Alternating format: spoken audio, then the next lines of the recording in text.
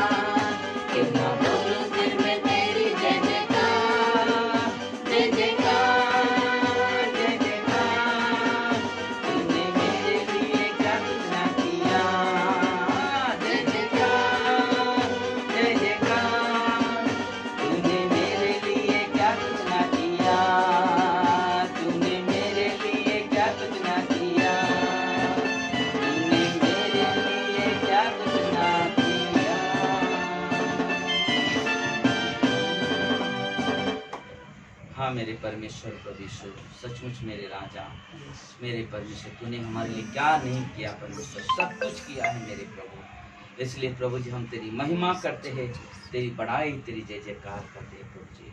सबसे मधुर, सबसे मीठा नाम, वो नाम है प्रभु यीशु मसीह का, जिस नाम में उद्धार है, जिस नाम में चंगाई है, जिस नाम में शिफा है, जिस नाम से आज हम आप एकत्रित होकर प्रभु तेरी बड़ाई, तेरी जय जयकार करते हैं, क्योंकि मुक्ति दिलाई यीशु नाम और शांति दिलाई यीशु नाम। धन्यवाद मेरे पिता, धन्यवाद मेरे यीशु, तेरी महिमा, तेरी प्रशंसा, तेरी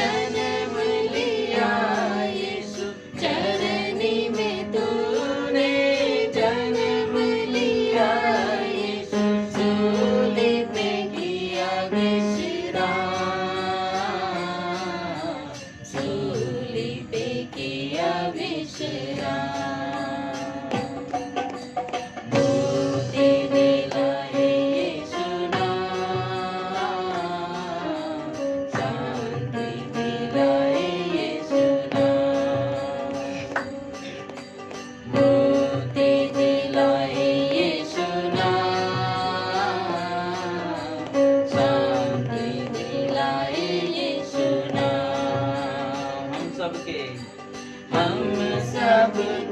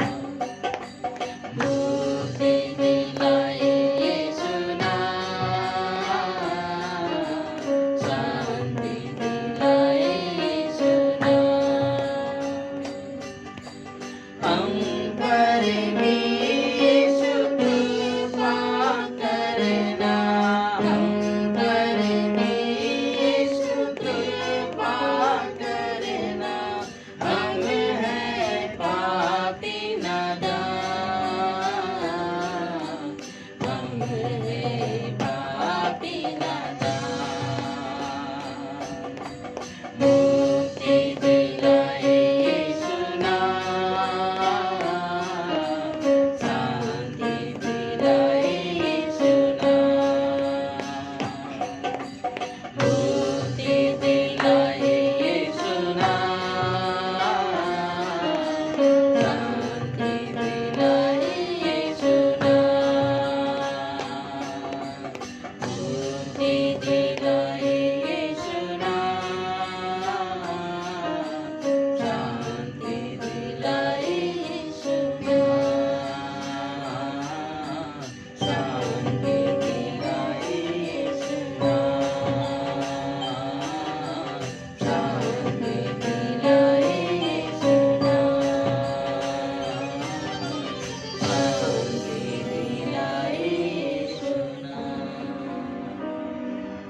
इस परमेश्वर को जी धन्यवाद मेरे यीशु, धन्यवाद मेरे परमेश्वर, धन्यवाद के साथ हम स्तुति गाएंगे क्योंकि तू हमारा सच्चा परमेश्वर है, तू हमारा जीवित परमेश्वर है और हम अपने जीवित परमेश्वर की, सच्चे परमेश्वर की आराधना करते हैं, बढ़ाई करते हैं क्योंकि वो योग्यता से बढ़कर देता है, मांगने से कहीं अधिक देता है। इसलिए हम अपने परमेश्वर की आराधना करते हैं, अपने यीशु की बढ़ाई करते हैं, उसकी जय जयकार करते हैं। प्रभु जी धन्यवाद मेरे यीशु, धन्यवाद मेरे परमेश्वर। ओ हालेलुया परमेश्वर, धन्यवाद परमेश्वर, थैंक यू जीसस, धन्यवाद। ओ हालेलुया परमेश्वर।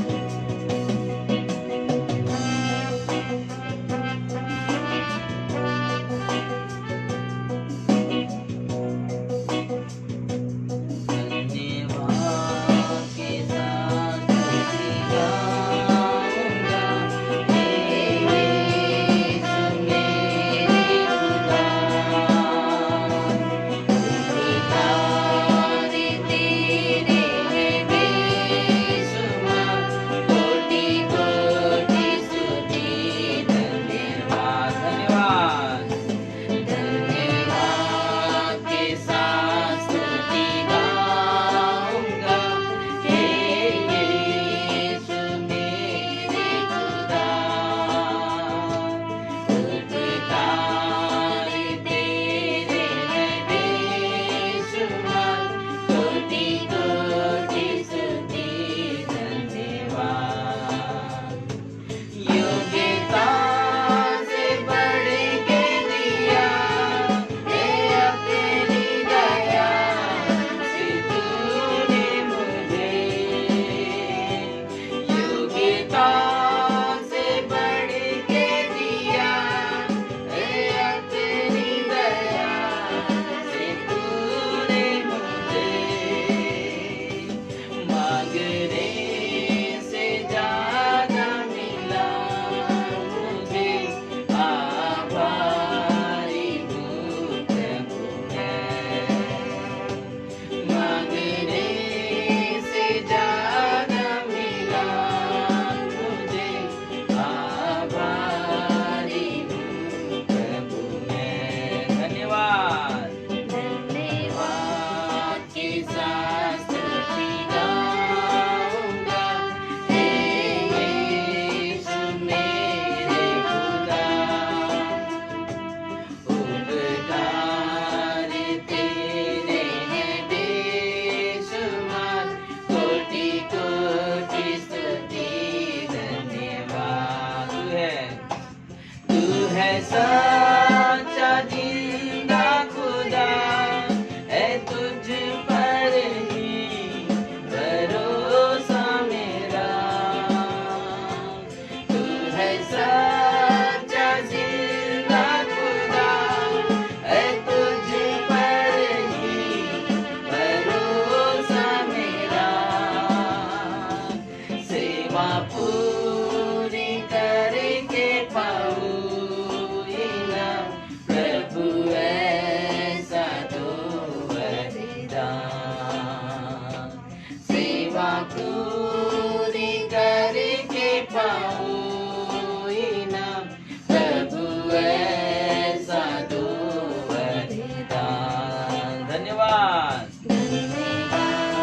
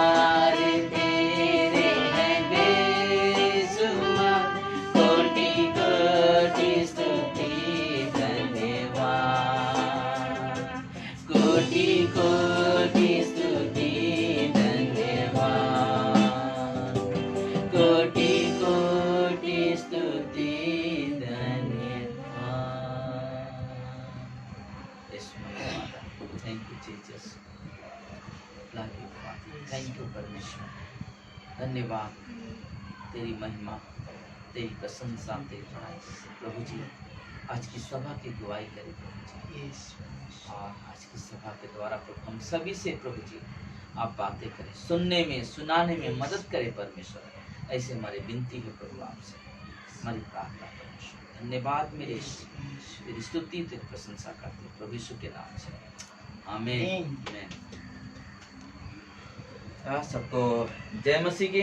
परमेश्वर आप सभी को आशीष दे। और आज रविवार की सभा में आप सभी का स्वागत है।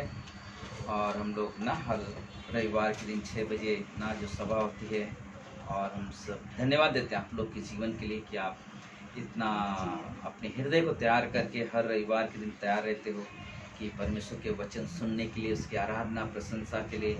इसके लिए हम आपको धन्यवाद देते हैं ना, धन्यवाद देते हैं आपके उस विश्वास योग्य जीवन के लिए, क्योंकि परमेश्वर ऐसे लोगों को ढूंढता है, ऐसे लोगों को चाहता है कि जो उसके आराधना करने वाले हो, जो उसके वचन को सुनने वाले हो। और बोलते कि परमेश्वर उसको उम्मीद और आशा रखते हैं। और आप जब विश्वास से सुनते हो, उसकी आराधना प्रशंसा करते हो, तो परमेश्वर बहुत आनंद मनाते हैं ना। इसलिए हम आप सभी का धन्यवाद देते हैं। स्वागत है इस आज की ग्रेटर ग्रेस मानपुर कलेसिया में। और इस सप्ताह में हम लोग हर दिन 6 बजे मिलते हैं ना। बहुत अच्छा संगति का समय होता है। फिर हम लोग बुधवार के दिन हम लोग 8 बजे बाइबल कॉलेज के लिए मिलते हैं, बाइबल क्लास सिखाया जाता है।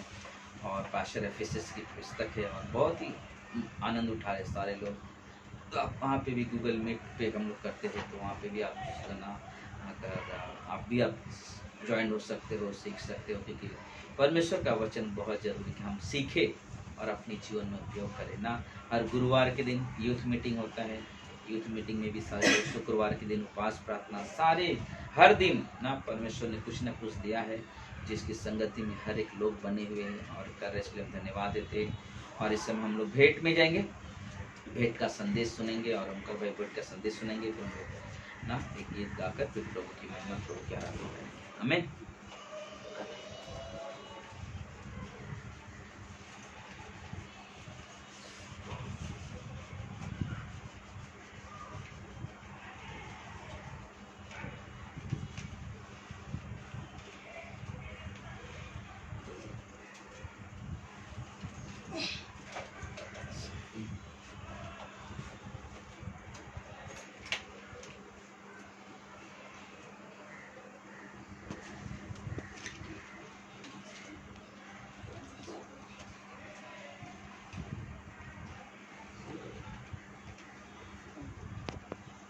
सबको जय मसीह। धन्यवाद हो प्रभु यीशु का कि हम लोग को परमेश्वर ने इस संसार में से चुना ताकि हम उसकी महिमा, उसकी प्रशंसा कर सकें। बोलते हैं कि हम जब भी कोई काम या कुछ करते हैं या प्रभु की स्तुति करते हैं, प्रभु यीशु का नाम लेके करते हैं ताकि परमेश्वर का धन्यवाद हो। और हमें पूरा विश्वास है कि हम सबको परमेश्वर की स्तुति में हमेशा बढ़ते जाना। जैसे कि क्लास में हम लोग को जो पास्टर सिखाते हैं कि हर एक विश्वासी भाई बहन को वरदान मिला है, यानी कि सभी को मिला है जो विश्वास करते हैं प्रभु यीशु। तो हमें भी उस वरदान को, जैसे परमेश्वर ने हमें दिया है वरदान, तो उसे हमें उपयोग करना है। ताकि यह नहीं कि परमेश्वर ने हमें वरदान दे दिया तो हम वहीं तक सीमित रहें, यानी हमको परमेश्वर कार्य को आगे बढ़ाना है, यानी हमेशा उसकी स्तुति महिमा करना है। इसके लिए हम भेंट में जाएंगे। हम कई बार सुनते हैं भेंट दान कैसे देते हैं, ये परमेश्वर के वचन हमें बताता है कैसे हमें देना चाहिए। दूसरा कुरिन्थियों का 9 का अध्याय 9 वचन 6 से 8 तक, यहाँ पे बहुत अद्भुत है। परंतु बात यह है, जो थोड़ा बोता है वह थोड़ा काटेगा भी, और जो बहुत बोता है वह बहुत काटेगा। कहने का मतलब कि जो हम दान देते हैं, जैसे कि हमारा दान जो होता है हमारे मन की तैयारी से होना चाहिए ताकि हम उसको कर सकें। और साथ में लिखा है कि हर एक जन जैसा मन में ठाने वैसा ही दान करे, न कुड़कुड़ा के और न दबाव से, क्योंकि परमेश्वर हर्ष से देने वाले से प्रेम रखता है। यानी जैसे कि जब हम दान देते हैं तो अपने मन की तैयारी से देते हैं, ताकि परमेश्वर हमें हर्ष से देता है।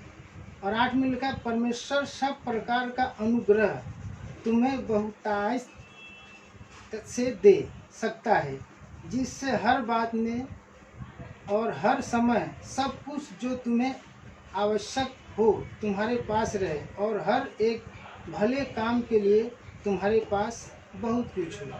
बोले कि हर एक काम के लिए जो भी हम काम करते हैं हमेशा परमेश्वर हमारे साथ रहता है। यानी हमारे कामों में आशीष देता है, धंधे में जो भी हम काम करते हैं उसमें परमेश्वर आशीष देता है।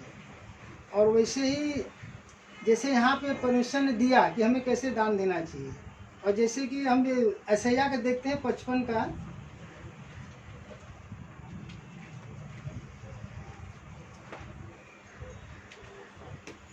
का 10 से 11 यहाँ पे परमेश्वर ने बता दिया, जिस प्रकार से वर्षा और हिम आकाश से गिरते हैं और वहाँ यूं ही लौट नहीं जाते, वरन भूमि पर पड़कर उपज उपजाते हैं, जिससे बोने वाले को बीज और खाने वाले को रोटी मिलती है। यहाँ पे परमेश्वर बोला है। और 11 में लिखा, उसी प्रकार से मेरा वचन भी होगा जो मेरे मुख से निकलता है, वह व्यर्थ ठहरकर मेरे पास न लौटेगा, परंतु जो मेरी इच्छा है उसे वह पूरा करेगा, और जिस काम के लिए मैंने उसको भेजा है उसे वह सफल करेगा। धन्यवाद हो परमेश्वर का कि परमेश्वर ने यहाँ अद्भुत वचन दिया है। तो वैसे हमें भी जैसे परमेश्वर का वचन यहाँ दिया है कि भेजा है वैसे ही सफल करेगा, तो हमें भी वैसे ही दान देना है, ताकि हमारा भी हर कार्य सफल हो। अगर हम अपने मन की तैयारी से देंगे, बोलते हैं कि परमेश्वर जैसे वर्षा होती है यूं ही लौट नहीं जाती है, ऐसे जब हम दान देते हैं तो हमारे हर एक चीज़ में परमेश्वर आशीष देता है। धन्यवाद हो आप लोग का कि मुझे पूरा विश्वास है कि हम सबको परमेश्वर ने इस संसार से चुना ताकि हम परमेश्वर की महिमा कर सकें। इसके लिए हमें और आपको जो भी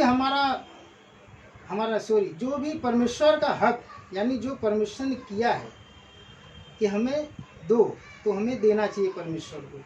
जैसे यहाँ पे परमेश्वर ने बता दिया, स्पष्ट एकदम बोल दिया, तैसे हमें भी और आपको भी करना चाहिए। इसके लिए हम लोग को हमेशा, जैसे कि हम क्लास में सीखते हैं, पौलुस यानी निरंतर दिन रात यानी कलीसिया के लोगों के लिए प्रार्थना करता है, दुआ करता है, ताकि ये कहीं भटक न जाएं, कोई झूठा शिक्षक आके इनको बहका न दे। वैसे हमें और आपको, जैसे हमारे अगुआ होते हैं वो बताते हैं, सिखाते हैं, वैसे हमें और आपको चलना चाहिए। अगर हम कहीं लड़खड़ाते हैं तो हमें पूछना चाहिए अगुए से, पास्टर ऐसा है, ये चीज़ है, हमको ये समझ में नहीं आता है, तो हमें हमारे लिए बहुत लाभदायक होगा। परमेश्वर ने हर चीज़ में आशीष दिया है, हर चीज़ को अच्छा बोला, तो इसके लिए हमें और आपको हमेशा प्रभु में बने रहना चाहिए और आगे बढ़ते जाना चाहिए।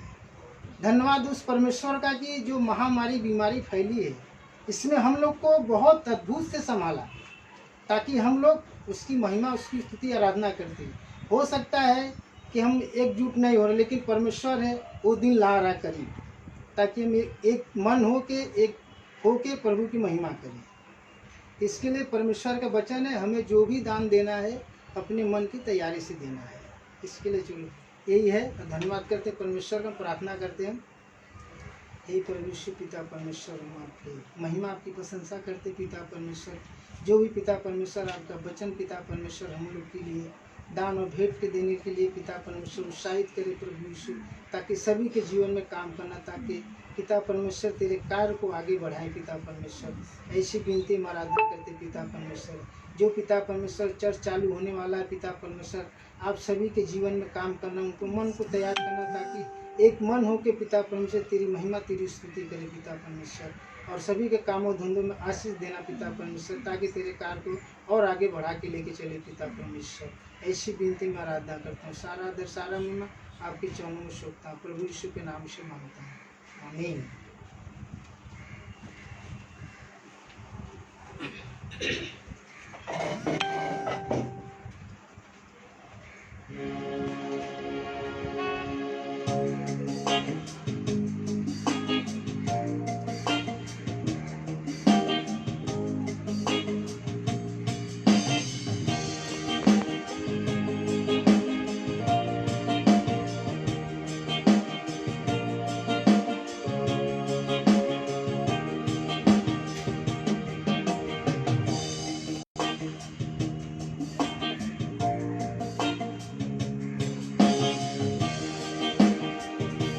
जैसे माता संभलती है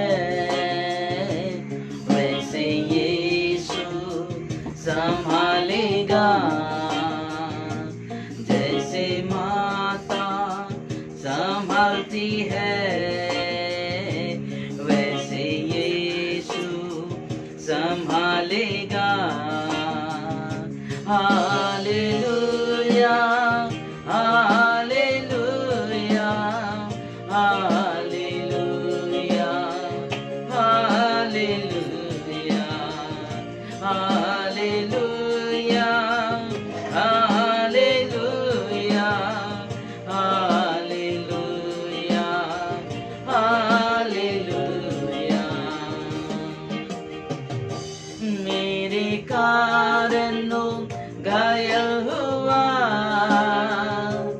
मेरे पापों को उठा लिया। मेरे कारण घायल हुआ, मेरे पापों को उठा लिया। जैसे माता संभालती है वैसे यीशु संभालेगा। जैसे माता संभालती है वैसे यीशु संभालेगा। Hallelujah hallelujah hallelujah hallelujah hallelujah hallelujah hallelujah hallelujah. सीने से लगाएगा चिंता सब हटाएगा। सीने से लगाएगा चिंता सब हटाएगा। जैसे माता को संभालती है वैसे यीशु संभालेगा। जैसे माता संभालती है वैसे यीशु संभालेगा। Hallelujah hallelujah hallelujah hallelujah hallelujah hallelujah hallelujah hallelujah hallelujah hallelujah hallelujah hallelujah. धन्यवाद देते हैं परमेश्वर। सारा आदर सारा महिमा सारा गौरव आपको देते। प्रभु जी आज की सभा की अगुवाई करें और हम सभी से प्रभु जी बातें करें प्रभु यीशु के नाम से। आमीन आमीन।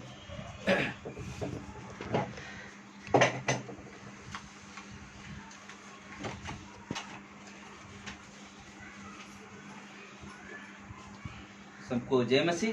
और जो भी लोग ना ऑफरिंग डालते हैं, जो हमने अकाउंट नंबर भी डाला है, व्हाट्सएप पे भेजा है, तो आप वहाँ पे ना ट्रांसफ़र कर सके, जैसे अकाउंट नंबर है वहाँ पे।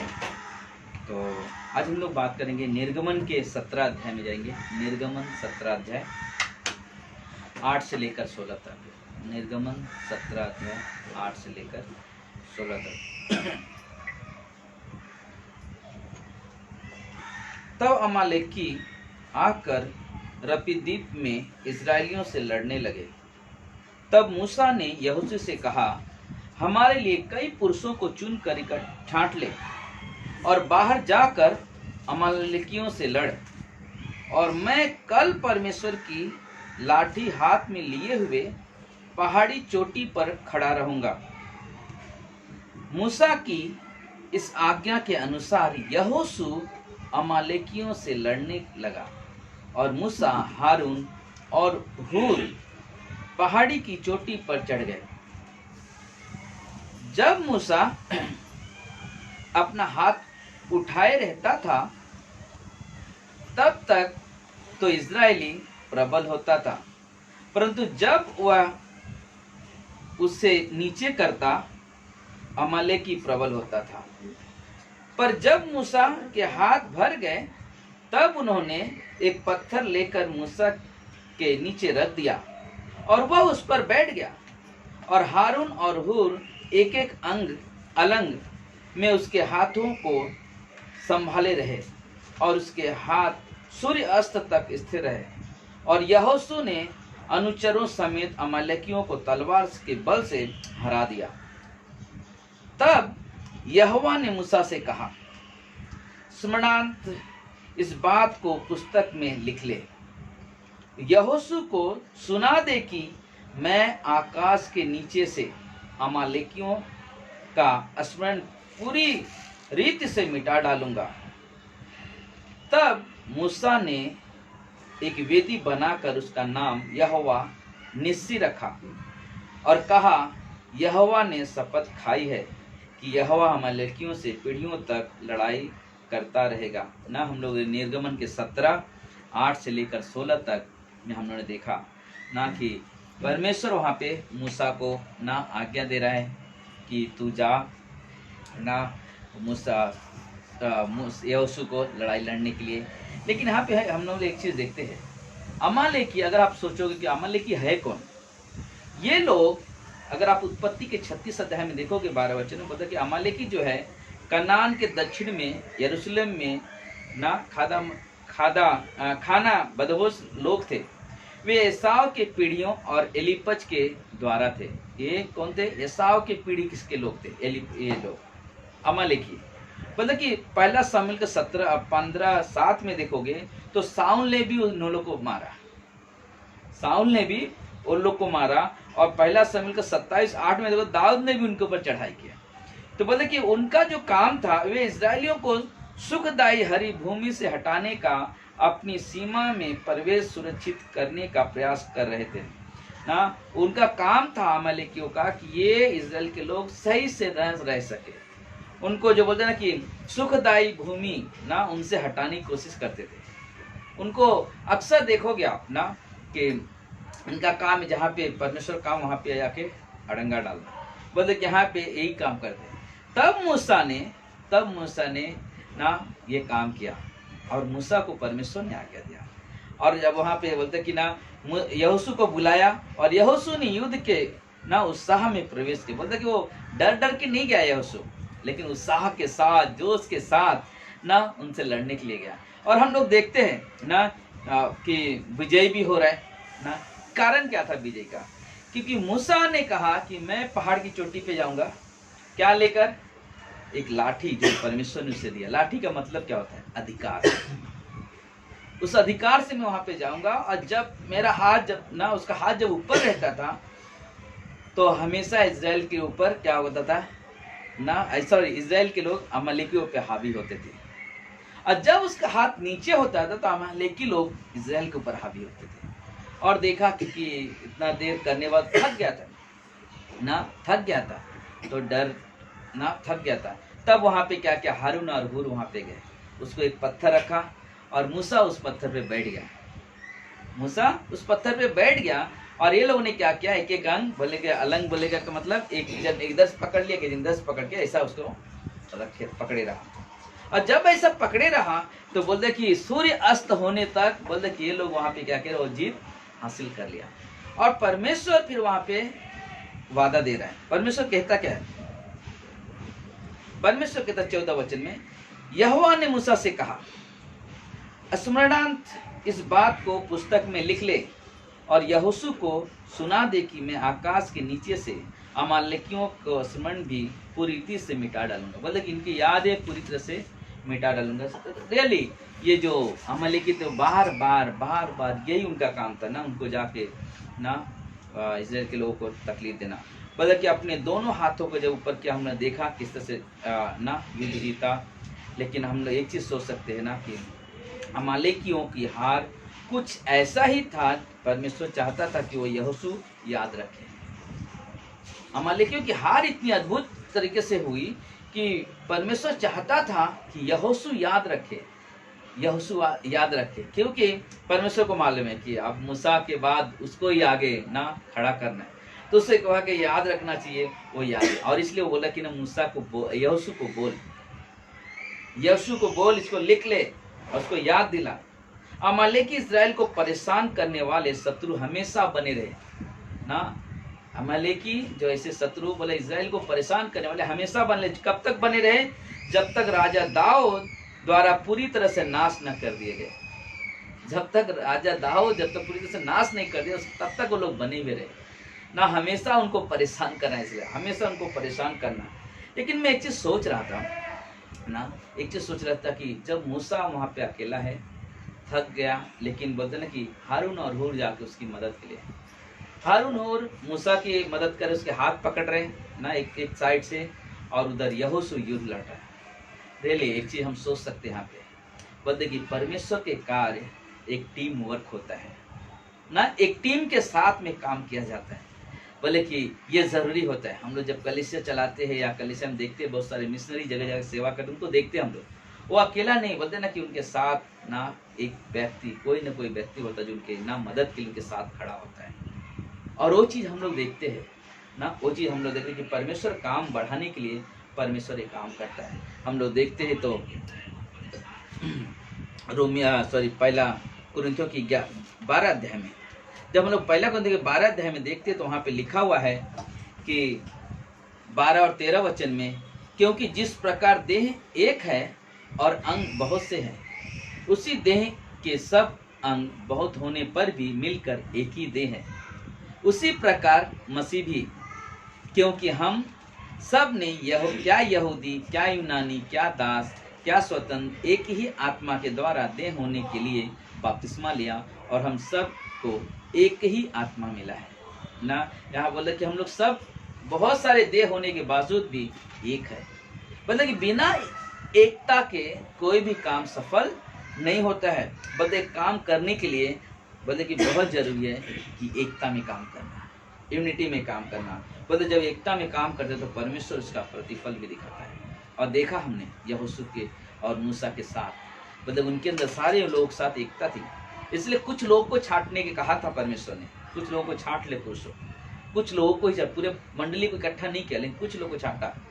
और यहोशू जब लड़े उसके अंदर जोश उत्साह है, क्योंकि सब लोग एक साथ मिलकर एक मन है, एक एकता में। मतलब जब हम परमेश्वर का काम करते, जब एक मन एक एकता में करते हैं तो परमेश्वर वहाँ सफलता भी देता है। और हम लोग देखा वहाँ पे ना, बोलते कि यहोशू जितना जोश उत्साह में लड़ाई लड़ने के लिए गया, उतना ही जोश उत्साह तक बना रहे। बोलते इसलिए हमारे लिए बहुत जरूरी है। और हम लोग देखते हैं 18 वचन, पहला कुरिन्थियों की 12 अध्याय के 18 से लेकर के ना 22 तक, परंतु सचमुच परमेश्वर ने अंगों को अपनी इच्छा के अनुसार एक एक करके देह में रखा है ना। परमेश्वर ने क्या किया, एक एक करके अलग अलग सबको रखा है। यदि वे सब एक ही अंग होते तो देह कहाँ से होते? अगर सब एक होता तो देह कहाँ से होती? परंतु अब अंग तो बहुत से हैं, परंतु देह एक ही है। आमीन। तो बस देह एक ही है।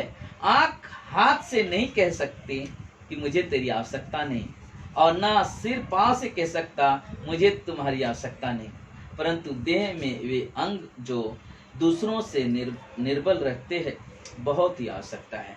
हाँ, तो बोले कि हम सब एक दूसरे से जुड़े हुए हैं। बोले कि जैसे हमारे शरीरों में आँख है, अगर जो सोचो, अगर कहे आँख, शरीर मेरा कहे कि आँख की जरूरत नहीं है, तो क्या कहलाएगा? अंधा कहलाएगा। अगर उससे कहे कि हाथ की जरूरत नहीं है तो क्या होगा?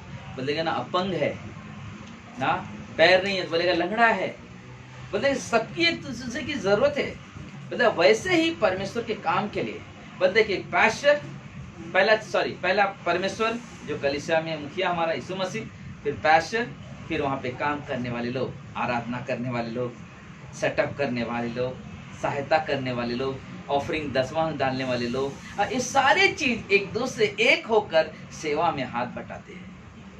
सेवा में हाथ, हम लोग वहां पे देखते हैं, वहां पे शारीरिक युद्ध हो रहा है, लेकिन यहाँ पे हम एक चीज देखते, शारीरिक युद्ध है लेकिन आत्मिक तौर से जीत हासिल कर रहे हो लोग। और आज हमारे जीवन में जो है आत्मिक युद्ध है और आत्मिक तौर से हम जीत हासिल करते हैं। उस समय शारीरिक युद्ध में आत्मिक जीत हो रही, क्योंकि अगर शारीरिक के हिसाब से अगर जीत होती थी तो उतने सैनिक कम पड़ते थे, लेकिन वहां पे परमेश्वर ने कहा कि मैं तेरे साथ हूं। और परमेश्वर हमारी ओर से लड़ता है, परमेश्वर हमारी ओर से खड़ा रहता है। हमें उस परमेश्वर की महिमा करना चाहिए। इसलिए हमारे अंग अलग अलग है ना, लेकिन देह क्या है? एक है।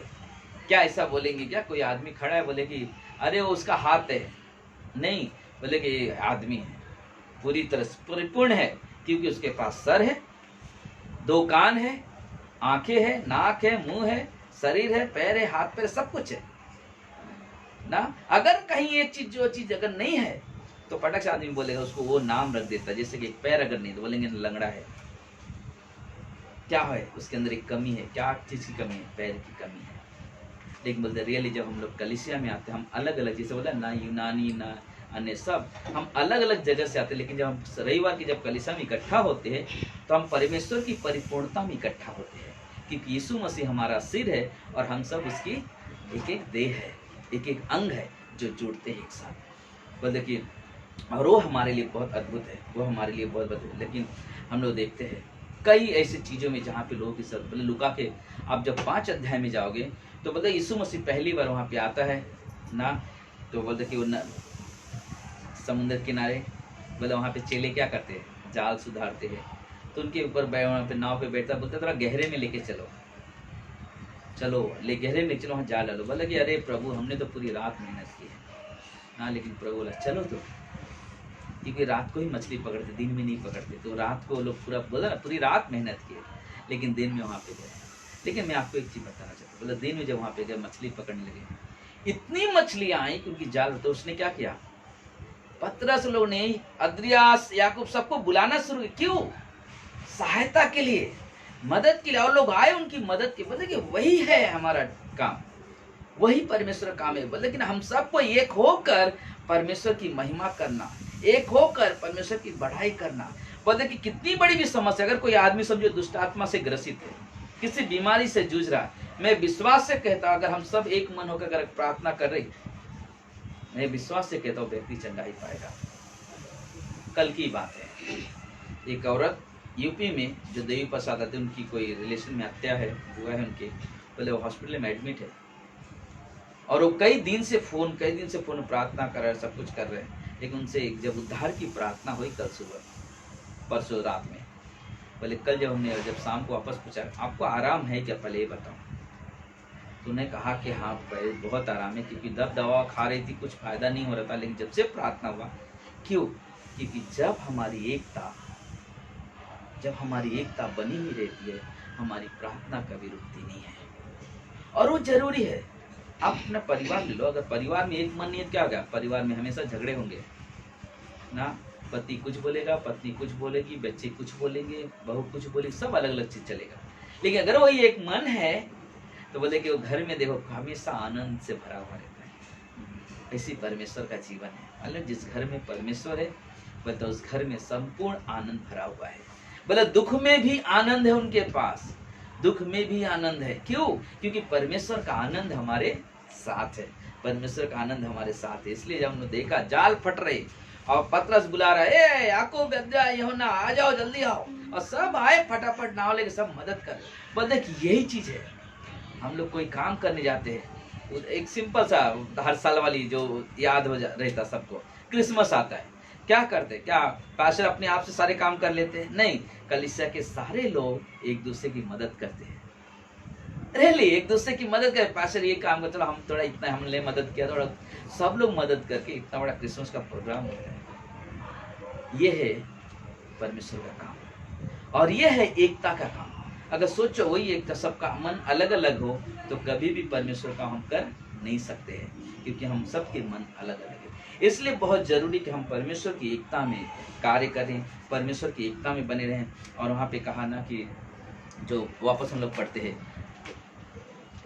निर्गमन किताब में ना, यहाँ पे आखिरी वाला 16 वचन, और यहोवा ने शपथ खाई और यहोवा अमालेकियों की पीढ़ियों तक लड़ाई करता रहेगा ना। उन्होंने कहा कि बदन की परमेश्वर खुद हमारी ओर से है, अमालेकियों से हमेशा लड़ता रहेगा, बोलते हमें करने की जरूरत नहीं है। बोलते लड़ाई के बाद बोलते कि वहाँ पे नाम क्या रखा, यहोवा निसी, है ना। यहोवा निसी 15 वचन में देखते, यहोवा निसी का मतलब क्या है, ये परमेश्वर मेरा झंडा है ना, मेरा परमेश्वर झंडा, यहोवा निसी विजय का झंडा है। बोला और परमेश्वर यहाँ पे बोल भी रहा 16 में ना, मैं उनसे लड़ूंगा, मैं आखिरी तक उनसे लड़ता रहूंगा। बोले कि आप नहीं वह कहा कि आप लड़ोगे, बोला मैं लड़ूंगा उनकी तरफ से। बोले कि परमेश्वर वो काम क्या बात है ना, परमेश्वर का। और बहुत ही अद्भुत चीज है, इसलिए कहा जाता है ना भजन संहिता 133:1 में, क्या ही भली और मनोहर बात है कि भाई आपस में क्या रहते हैं, आपस में मिले हुए रहते हैं। बोलते कि ये यूनिटी एकता इतनी महत्वपूर्ण है कि बोलते कि हर एक काम आसान हो जाता है। कोई आदमी 100 किलो गोनी उठा रहा है, नहीं उठ पा रहा है, लेकिन क्या होगा, कोई आके उसकी मदद कर आसान से उठा लेता है। और वो हमारे लिए बहुत जरूरी है। किसी के पास कोई समस्या से गुजर रहा है ना, और उस समस्या का हल नहीं मिल रहा है, लेकिन आप जब वहाँ पे जाते हो, प्रार्थना करते हो, उन्हें उत्साहित करते हो, उन्हें ताकत मिलता है। कोई और पहुँचता है वहाँ पे, वो भी जाके परमेश्वर की बातें करता है, उत्साहित करता है, प्रसन्न होकर क्या होता है, उन्हें ताकत मिलता है। इसलिए बहुत जरूरी कि हम परमेश्वर के साथ वो काम करें जैसे हारून और हूर मूसा के साथ लिपटे हुए थे, जैसे यहोशू युद्ध में खड़ा था, आनंद से गया ये युद्ध लड़ने के लिए ना, कुड़कुड़ा के नहीं गया, आनंद से गया। और बोलते कि ये अमालेक के लोग बोलते कि अब भी नहीं, लेकिन बोलते कि नहीं, वहां बोला कि जब तक दाऊद ने उन लोगों को खत्म नहीं किया तब तक उन लोग हमेशा इस्राएलियों को परेशान करने के लिए नई नई रणनीति नई नई चीजें लेकर आते थे। लेकिन उन लोगों का एक चीज था कि परमेश्वर एक अगुआ चुना। वहां पे देखते मूसा आता है, मूसा के बाद यहोशू आता है, फिर दाऊद आके उसका पूरा ना खत्म करता है। बोले कि हमारा काम क्या है, जिस परमेश्वर ने हमें बुलाया है वो परमेश्वर उस कार्य को पूरा कराता है। हमारा काम है विश्वास योग्य बने रहना, विश्वास योग्य बने रहना, परमेश्वर के साथ चलते रहना। जब कोई समस्या, जब कोई परेशानी आती है, परमेश्वर को अवसर दो, खुद सॉल्व करने मत जाओ, खुद लड़ाई लड़ने मत जाओ, परमेश्वर को अवसर दो, परमेश्वर तू हमारी ओर से, और परमेश्वर वो रास्ता निकालेगा, परमेश्वर वो रास्ता निकालेगा, परमेश्वर वो द्वार खोलेगा। आप सोच भी नहीं सकते कैसे हो गया ना, किस तरह से हो गया। आज इतना बड़ा लॉकडाउन हुआ इतना महीने से ना, मतलब कि मार्च चला गया, अप्रैल, मई, जून, जुलाई, अगस्त ना, 5 महीना, सोचो ना, 5 महीने से पूरे लोग जूझ रहे। लेकिन कोई चर्च का आदमी, मैं रियली बताता हूँ, कोई आज तक कोई विश्वासी ऐसा नहीं मिला जो कहे कि मेरे पास घर में खाने को नहीं है। उल्टा लोगों ने लोगों को दिया, लोगों को बांटा, उनके घरों में एक्स्ट्रा आया, वो लोगों ने दिया ना, पाशा किसी को दे दो ना, या वो लोग खुद किसी को दिया, किसी को जरूरत उसको दे दो। ये है परमेश्वर का काम। यह है हम लोग जब एक साथ रहते तो एक दूसरे के दुख तकलीफ को समझना, और एक दुख तकलीफ को समझ के एक दूसरे की मदद के लिए खड़ा रहना। अमालेक की जब इसराइलियों पे हावी होते थे, उनके दुख को वो समझ नहीं पाने की, उनके दुख को देखकर परमेश्वर आया, और परमेश्वर ने मूसा को तैयार किया और कहा यीशु को, और वो कह बोला कि मैं जा रहा हूँ उस चोटी पे, पहाड़ के, मैं वहां पे रहूंगा, मेरे हाथ ऊपर रहेंगे ना, तुम लोग लड़ो वहां पे ना, तुम लोग जाओ लड़ो। और वो लोग सोचा भी नहीं हो, क्योंकि उनको मालूम है ये लड़ाई मेरी नहीं है, मेरे परमेश्वर की लड़ाई है। और वहां पे देख रहे हैं ना, वहां पे देख रहे हैं हम लोग कि वो लोग गए लड़ने के लिए, और यहाँ पे मूसा है, थक गया, जब हाथ भी, वो लोग देखा कि क्या प्रॉब्लम क्या रहा, क्यों हार रहे, आप क्या कहना, तुरंत जीत गया।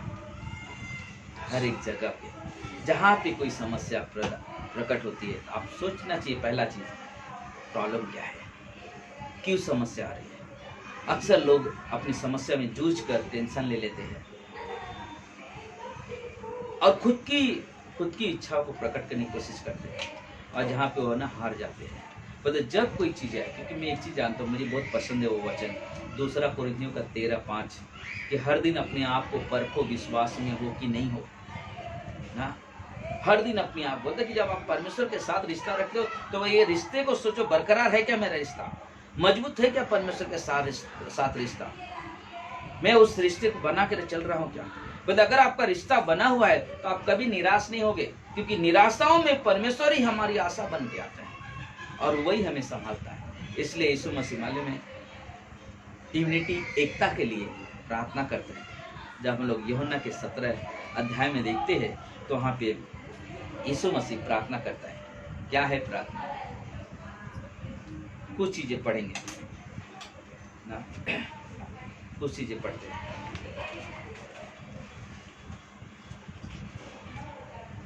चार वचन में पहला कहा जाता है आज की प्रार्थना। क्या प्रार्थना है?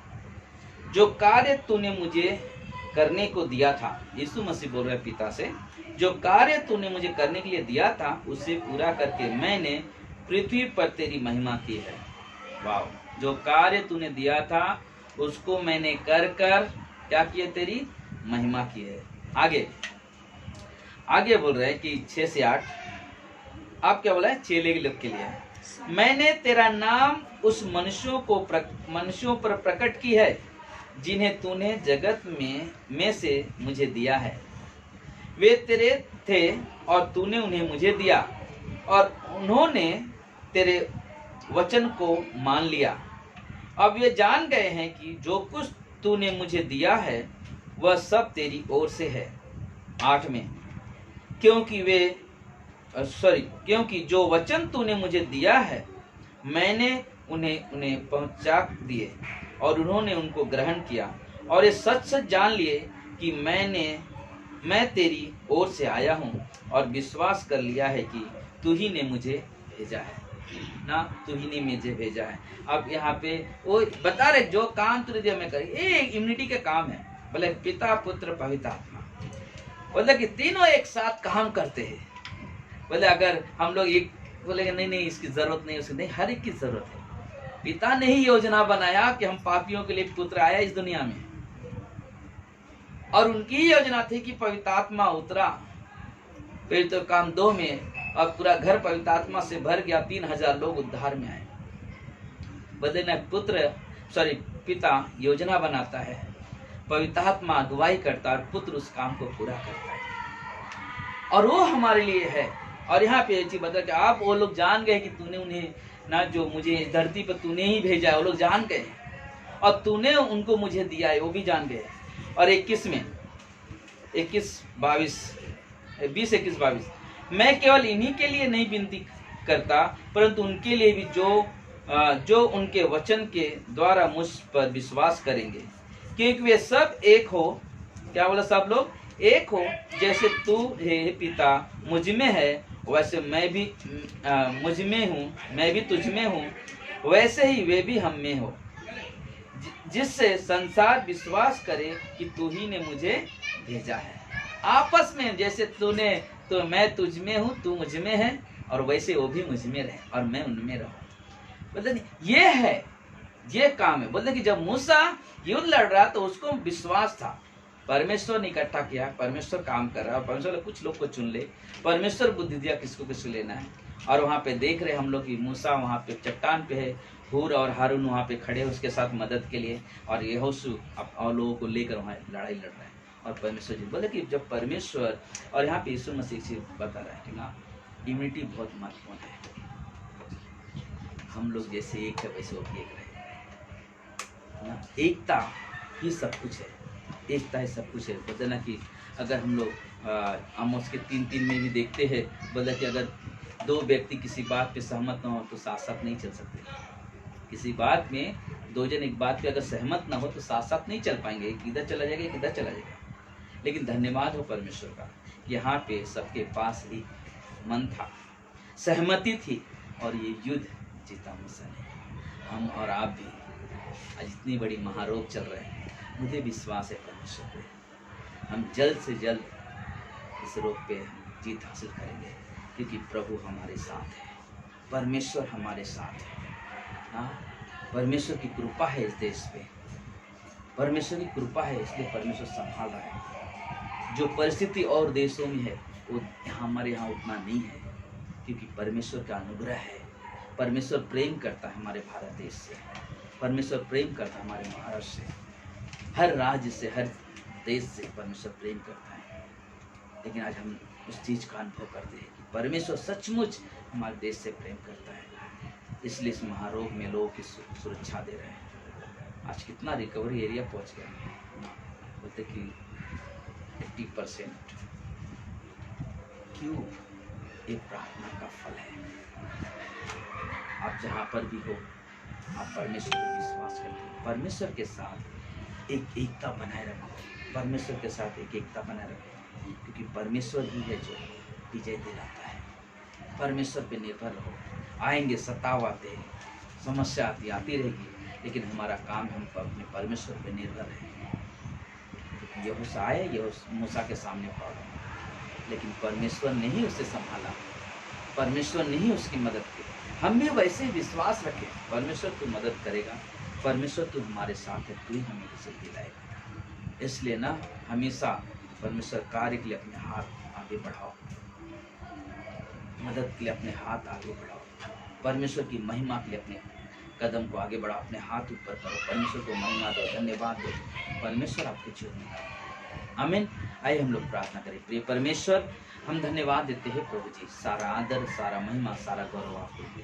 हे मेरे महान परमेश्वर, अद्भुत पराक्रमी परमेश्वर, राजाओं के राजा, प्रभु के प्रभु, हम आपकी महिमा करते हैं, आपकी बड़ाई करते हैं। हे मेरे परमेश्वर, हम इस समय प्रार्थना करते हैं प्रभु जी कि जो भी हमने वचन सुना है प्रभु जी, इस वचन का अनुकरण करें परमेश्वर। लोग जो सुन रहे हैं परमेश्वर, उस वचन को समझे परमेश्वर, ऐसी बुद्धि, ऐसे ज्ञान दे प्रभु जी। समस्या में, प्रॉब्लम में, दुखों में हार न माने, लेकिन परमेश्वर पर पूरी तरह से निर्भर हो, क्योंकि यहोवा निस्सी जो विजयी का झंडा है, वो हमें विजयी दिलाता है, जीत दिलाता है। इसलिए हम अपने परमेश्वर पर निर्भर रहे। धन्यवाद प्रभु जी, आपकी महिमा, आपकी प्रशंसा, आपकी बड़ाई करते। धन्यवाद, आपने आज से 2000 साल पहले इस दुनिया में आए प्रभु जी, और हमारे पाप के लिए इस दुनिया में आकर हमारे लिए दुख उठाया, क्रूस पे गए, मर गए, कब्र में गए, तीसरे दिन जी उठे, और आप जीवित हो परमेश्वर। और आपका वचन कहता है जो लोग मुझ पर विश्वास करते हैं वो स्वर्ग के अधिकारी बन जाते हैं। सचमुच प्रभु ईश्वर, आपका वचन सच्चा है, आप सच्चे हो प्रभु जी, क्योंकि आप नहीं चाहते कोई व्यक्ति नरक चला जाए। इसलिए प्रभु जी आप इस दुनिया में आए, हमारे पापों का भुगतान कर दिया। जो लोग कहते हैं पिता मैं पापी हूँ, मुझे क्षमा करें, प्रभु आप इसी वक्त उन्हें क्षमा करते हैं। अगर कितने लोग जो इस फेसबुक के द्वारा सुन रहे हैं, शायद अभी भी उनके अंदर अगर विश्वास की नहीं किया है कि यीशु परमेश्वर कौन है, लेकिन मैं आपको बताना चाहता हूँ यीशु मसीह आपसे प्रेम करते हैं। यीशु मसीह वो परमेश्वर है जो हमारे पापों को क्षमा करने के लिए अपने जीवन को दे दिया। हमारे पाप का भुगतान क्या है, और वो आपसे प्रेम करते हैं, वो आपके जीवन में आना चाहते हैं, वो अपनी खुशी आपके जीवन में देना चाहते हैं, आपकी सुरक्षा देना चाहते हैं। क्योंकि जब हम विश्वास करते हैं, परमेश्वर हमें पवित्र आत्मा देता है, हमें बुद्धि, हमें मार्गदर्शन करता है, अगुवाई करता है। अगर आप कहते हो प्रभु यीशु मुझ पापी हूँ, मुझ पे दया करे, तो प्रभु यीशु वक्त आपके अगर धन्यवाद देते। अगर आपने प्रार्थना किया है तो प्रभु यीशु आपके जीवन में आए, प्रभु यीशु की शांति आपके जीवन, आपकी खुशी आपके जीवन में है। धन्यवाद देते हैं आपके इस विश्वास जीवन के लिए। प्रभु आप सभी को आशीष दें और ऐसी परमेश्वर में बने रहो, प्रभु में सदा आनंद करो। धन्यवाद देते हैं सभी को, प्रभु ब्लेस करना, उनकी हर एक जरूरत, हर एक घटी को पूरी करना प्रभु, चाहे लोगों के घर की खर्चे हो प्रभु जी, चाहे उनके बच्चों की स्कूल की फीस हो परमेश्वर, चाहे उनकी काम की तलाश हो, जरूरत हो प्रभु जी, सभी को पूरा करना प्रभु। जितने भी लोग परमेश्वर दान दशमांश डालते हैं प्रभु, उनके भी घर परिवार में आशीष देना प्रभु जी, उनकी भी हर दिन की रोटी में देना परमेश्वर, हर एक जरूरत को पूरी करना। ऐसे हमारी विनंती, हमारी प्रार्थना। धन्यवाद देते हैं आज के इस दिन के लिए प्रभु यीशु के नाम से। आमीन। आमीन। धन्यवाद सभी को। प्रभु आप सबको आशीष दे। ऐसे ही प्रभु में सदा बने रहो। आमीन।